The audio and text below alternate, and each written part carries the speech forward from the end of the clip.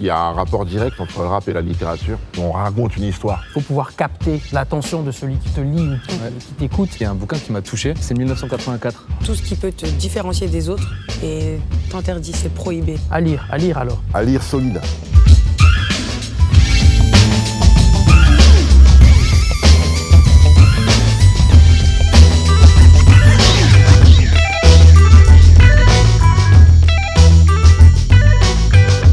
Benjamin Epps, Doria Oxmo, bonjour. Bonjour. Bonjour. Donc si on est réunis aujourd'hui, c'est dans le cadre d'un projet initié par les espaces culturels Leclerc. Ça s'appelle l'opération Cross Culture. Cross Culture, pourquoi?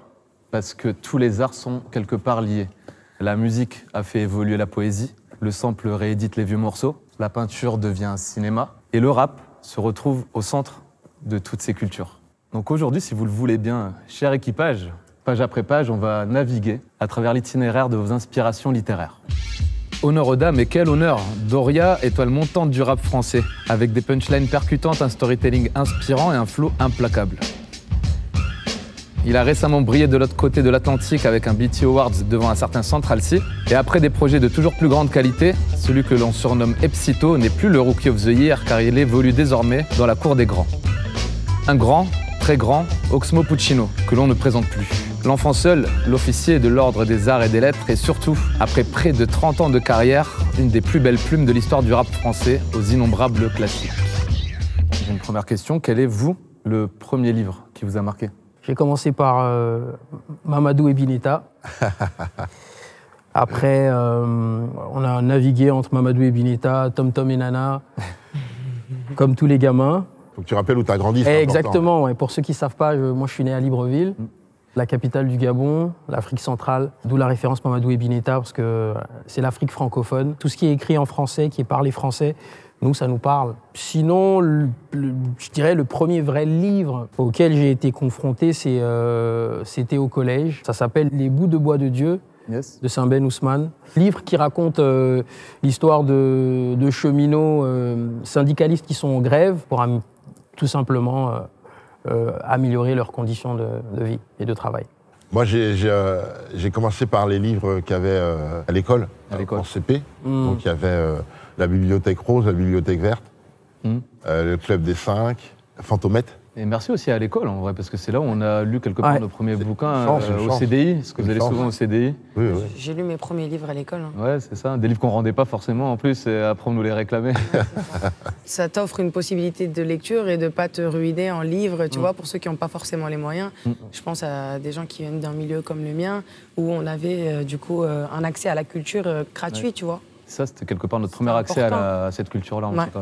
Et puis aussi, c'était une alternative aux livres proposés par les cours, pour les professeurs, qui étaient souvent assez classiques et pas toujours drôles à lire.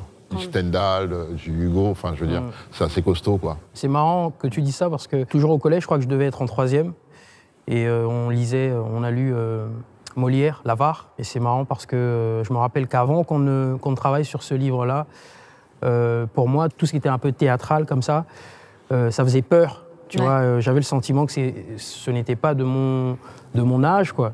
Et finalement, quand on rencontre ça, les textes sont assez sympas et finalement, c'est très accessible. Et toi, Doria, du coup, le premier livre qui t'a marqué? C'était en CM2 et c'était Léon de Walter Thiage. C'est une biographie, en fait, de ce monsieur qui raconte les années de ségrégation, qui a eu tout ce qui s'est passé, en fait, en Amérique pendant ce temps-là. Et en fait, il raconte un peu son récit. Et c'est vrai que moi, j'étais en CM2, donc à ce moment-là, pour moi, tout le monde avait la même vie que moi. Je ne sais pas si tu vois. Et je me suis dit, purée, il s'est passé ces choses-là dans notre monde. Et c'est la première prise de conscience que j'ai eue. C'est vrai que de savoir qu'il y avait cet aspect-là aussi de l'Amérique, ça m'avait choquée, en fait. Et du coup, il fait partie des livres qui m'ont le plus ouvert les yeux, en fait. Ça peut te remémorer des souvenirs, je te l'offre. Merci, c'est très gentil. Tu l'as lu? Bien sûr, je l'ai lu. Tu vas me le passer alors? Bah oui, avec grand plaisir. On va négocier. Moi, un des derniers livres que j'ai lu, même si j'en ai un peu honte, parce que c'est un très grand classique de la littérature, mais que j'avais encore jamais lu. Ça va être trop tard. Il y en a beaucoup.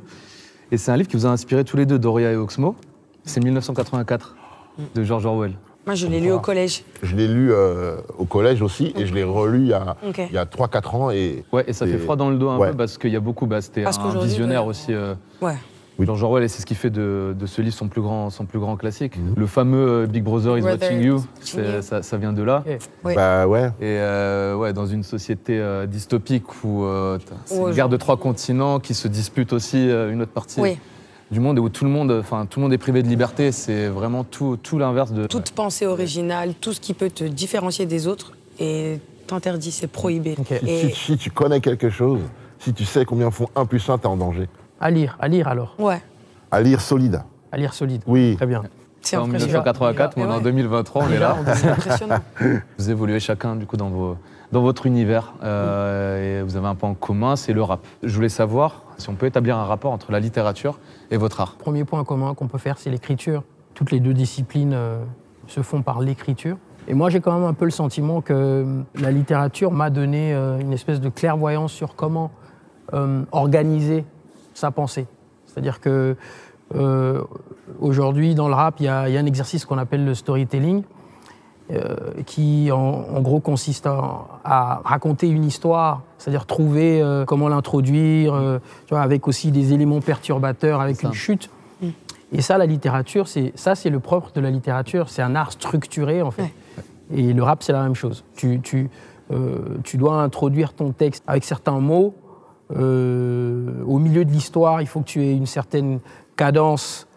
Si on veut faire le lien avec l'écriture, il faut pouvoir capter l'attention de celui qui te lit ou qui t'écoute. En vrai, on peut trouver plein de liens entre la littérature et l'écriture et le rap. Et en tout cas, moi, c'est quelque chose qui me nourrit. Je ne suis pas un très grand lecteur, mais à chaque fois que je lis, une leçon en ressort, quoi. J'arrive à ressortir de nouveaux mots et que je vais réutiliser après dans les textes de rap. Je pense que c'est le cas pour... Bien sûr. Voilà, pour nous. Tu t'enrichis en fait, tu vois. Exactement. Tu ton lexique et c'est ça, c'est une manière d'écrire un morceau de rap, c'est un peu comme une nouvelle. Bien sûr. Et toi, tu as un rap qu'on peut qualifier aussi de cinématographique, ou en tout cas, tu vois, si on prend le George Orwell, on peut peut-être qualifier Benjamin Epps de George Orwell du rap français. Merci. Mais c'est un rap imagé, et cinématographique et métaphorique aussi. Exactement. Et tout ça, poétique aussi, la poésie. Pendant que vous répondiez, je réfléchissais. Et je me disais qu'il y a un rapport direct entre le rap et la littérature. Le rap, c'est des chroniques. Si c'est un genre musical qui est encore aujourd'hui écouté et qui a traversé 3 ou 4 générations, c'est parce qu'elle a toujours raconté des chroniques en temps et en heure. Contrairement à un chanteur normal, un rappeur, il va regarder quelque chose à la télé, il va faire une rencontre, il va vivre un événement, il va être trahi, il va quitter sa femme, il va le raconter tout de suite, sans filtre, avec une figure de style qui lui appartient, des rimes pour la mise en forme et la musique qui correspond. Et pour moi, la littérature, ça commence avec une phrase forte. Et moi, je fais un lien direct entre le rap et la littérature, parce que le rap, c'est inspiré de tout ce qui s'écrit et qui reste mémorable. Ça peut être une phrase de film, un slogan publicitaire, un dialogue, un extrait d'autres poésies, en citant d'autres auteurs. Vous écoutez un rappeur comme Nino, vous allez acheter une bibliothèque. C'est ça. Parce que comme Oxmo, il y a du propos. Ou un rappeur comme Oxmo aussi, parce que c'est une plume qui est... Tu vois, comme L'Enfant Seul, par exemple, où c'est du pur storytelling. C'est vrai. C'est une histoire, c'est un livre ouvert, c'est un livre oral. C'est la narration. Le rap, c'est la narration. Exactement. C'est pour ça que c'est un rapport direct entre le rap et la littérature. Parce qu'on raconte une histoire. Il n'y a aucun rap qui ne raconte pas d'histoire. C'est vrai. Ouais. On peut le voir. Toi, tu racontes ton histoire, qui va parler à beaucoup de filles qui vont se reconnaître à travers ton propos. Toi, quand tu parles des enfants, tu vois, par rapport à ton éducation, la manière dont tu as grandi, c'est des visions, on partage des visions sincères, en temps et en heure. Moi, il y a un bouquin qui m'a touché et qui t'a inspiré aussi. C'est L'Alchimiste, Colo Colo, qui est un classique. Aussi. Dans l'idée de poursuivre ses rêves aussi et de créer son destin. À quel point ce bouquin-là je peux pitcher. Tu l'as lu Non, je ne l'ai pas lu. Non, tu l'as pas lu. Non. C'est assez intéressant. Je pense que tu devrais le lire si tu veux. Tu peux le passer à. Vite en plus. Pour qu'elle. On te l'offre. Elle y jette un coup d'œil. En fait, vite fait, c'est un berger andalou qui va à la quête de la pierre. Un trésor, une pierre. Un trésor. Et pour ce faire, il a besoin de trouver un alchimiste. Et en sous-texte, c'est ça, c'est l'accomplissement aussi. Exactement. C'est l'accomplissement de soi, c'est comment chaque être humain est unique. Il a une formule qui me plaît beaucoup. Il dit « Les moutons perdent leur instinct à compter du moment où ils se mettent à suivre l'homme. On est tous des moutons, même l'homme finalement. Mais c'est c'est à compter du moment où on arrête de se poser des questions et de se dire qu'est-ce qu'on veut pour soi-même, là on cesse de entre guillemets d'exister quoi. Donc voilà, c'est quelque chose que j'ai trouvé génial. Toi Doria, il y a un livre aussi qui est cool qui t'a inspiré, c'est Boule de Suif. Ouais. Tu peux nous le pitcher? Je t'avoue que je l'ai pas lu. C'est l'histoire de donc c'est pendant la guerre franco-prussienne en 1870 et c'est l'histoire d'un groupe donc dedans, il y a 2 couples de commerçants, 2 nonnes, 2 couples de la noblesse et une fille de joie qui prennent la route pour échapper, je crois que c'est à Prague, ils essayent d'échapper du coup à la guerre. Dans le wagon, dans cette diligence, il y a Boule de Suif, donc, qui est la fille de joie, qui a préparé un sac avec de la nourriture en fait, et elle partage avec eux donc, sa nourriture. Arrivé à un moment en Prusse, ils sont bloqués dans une auberge. Et le général demande à Boule de Suif, du coup, de coucher avec elle pour pouvoir les laisser continuer leur voyage. Et donc, elle se sacrifie. Et à partir de ce moment-là, donc, ils sont libérés, ils peuvent reprendre la route. Et elle est vue comme une malpropre. En fait, plus personne ne lui parle sur le chemin. Et elle n'a pas préparé de nourriture pour le retour. Eux, oui. Et vu qu'elle ne la considère plus... Sans spoil. Je vais jusqu'au bout ou pas? Ah ben non. C'est bon, on peut je crois qu'on peut Ok, je m'arrête là. Ça m'inspire, j'ai envie de le lire là. C'est ça montre aussi les relations aussi humaines et, et en fait, chacun pour sa peau un peu. C'est ça, cette hypocrisie et la figure de la femme à ce moment-là, elle en prend quand même un coup, tu vois.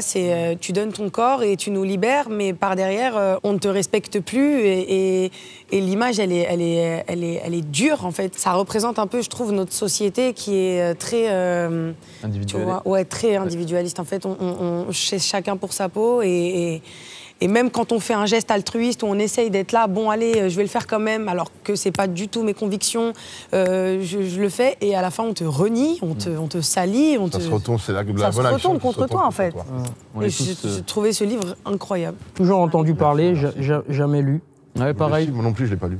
J'ai 2. J'ai pas dit moi mes inspirations. C'est quoi, je te laisse le choix. 4 bouquins qui ont compté pour toi. Il y tient, Oxmo, il y tient. Victor Hugo, Chester Himes. On peut en prendre une parmi ces 4. Je vais aller sur La vie devant soi. C'est un livre que tout le monde a lu ou devrait. Donc, moi, j'ai des facilités parce que ça se passe à Belleville. Donc c'est pas loin de là où j'ai grandi, dans les années 60-70 en tout cas. Et ça raconte l'histoire de Momo, un petit garçon de 14 ans, qui se retrouve élevé par une ancienne prostituée qui se retrouve à être nounou. Et donc ça raconte ce parcours amoureux entre ces 2 personnes. Et j'adore la légende de ce livre, c'est que pour être tranquille, Romain Gary a écrit ce livre sous un autre nom, d'Émile Ajar. Il a gagné le prix Goncourt sous ce nom, ce qui est extraordinaire parce que tu n'es pas censé pouvoir gagner le prix Goncourt 2 fois dans ta vie. C'est ça. Et juste au moment de sa mort, il y a une étudiante qui avait fait une thèse prouvant que Romain Gary était Émile Ajar. La vie devant soi. Mais c'est une belle référence aussi, ouais. À lire alors. À lire. Absolument. Okay. Absolument. Okay. Ça va m'aider à développer le stylo ou pas? Bien sûr. Ah, tu vois, comme toi, ouais. Si ça aide à développer le stylo. Ouais. Ah bien sûr. On parlait de littérature et de rap tout à l'heure. Moi, je dirais qu'on peut comparer le rap à la littérature dans le sens global et dans le détail. Pourquoi? Parce que dans le détail, c'est fait de punchlines, de citations, de phrases chocs, marquantes. Et dans le global, ça raconte une histoire. Voilà. Et justement, entre rap et littérature, très vite, je vais vous citer 2 citations. D'accord. Il y en a une qui vient de la littérature, l'autre qui vient du rap. L'autre qui fait partie d'un des textes d'entre vous. Donc, prière de se taire à celui ou celle qui sera cité. La première citation, c'est « Plein ceux qui ont peur car ils créent leur propre terreur ». Est-ce que ça vient du rap ou de la littérature? Moi, je dis ça vient du rap. Ouais, moi aussi, je dis ça vient du rap. Parce que c'est beau, ça pourrait nous faire penser à un texte, enfin à une inspiration littéraire, mais je sais pas, je dirais que ça vient du rap. Je pense que c'est littéraire. Bravo Doria, c'est littérature, ça vient pas du rap. Malgré la rime et malgré... C'est fou. Ouais. C'est ça aurait Stephen pu King. être Oxmo Stephen King, d'accord. Ou Lino. Ouais, ça aurait pu aussi. C'est Stephen King dans La ligne verte. D'accord. Ok, t'as vu. Un point pour Doria. Et la deuxième citation qui est un peu plus longue. On a tous une crainte, une angoisse, et j'ai toujours su éviter les miennes, mais pour cette fois, j'ai décidé de rester à « Le courage n'est pas l'absence de peur, mais la capacité de la vaincre ». Littérature. C'est Doria, ça, non? Est-ce que c'est rap ou littérature? C'est rap. Rap, littérature? Rap. Doria, t'en penses quoi? C'est rap. Trop long. C'est rap? Ouais. C'est Doria, bien vu, Benjamin. C'est rap? C'est rap, c'est Doria. C'est un texte de Doria. C'est beau. Elle est longue, la phrase. Elle est super longue, mais s'il y a une citation bien dedans. voir Et il y a une tu l'as citation de compris. Mandela, Citation du coup, de tu as cité Mandela. Mandela, comme Ça. quoi tout La- le courage n'est pas l'absence de peur, mais la l'absence de capacité peur, de mais la... la capacité de la vaincre. Disons. Doria dans MDP 1 double jeu. C'est ça. C'est l'un des premiers titres. Bravo. D'ailleurs. Ça fait un point partout, et tu vois, comme quoi, c'est Oxmo le grand perdant, alors Exactement. on comptait sur Oxmo dans ce... J'adore, dans cette j'adore. interview. Oxmo, tu as déjà sorti un roman aussi, Les Réveilleurs de Soleil. Quelle a été ton approche, toi, pour cet exercice en venant du rap?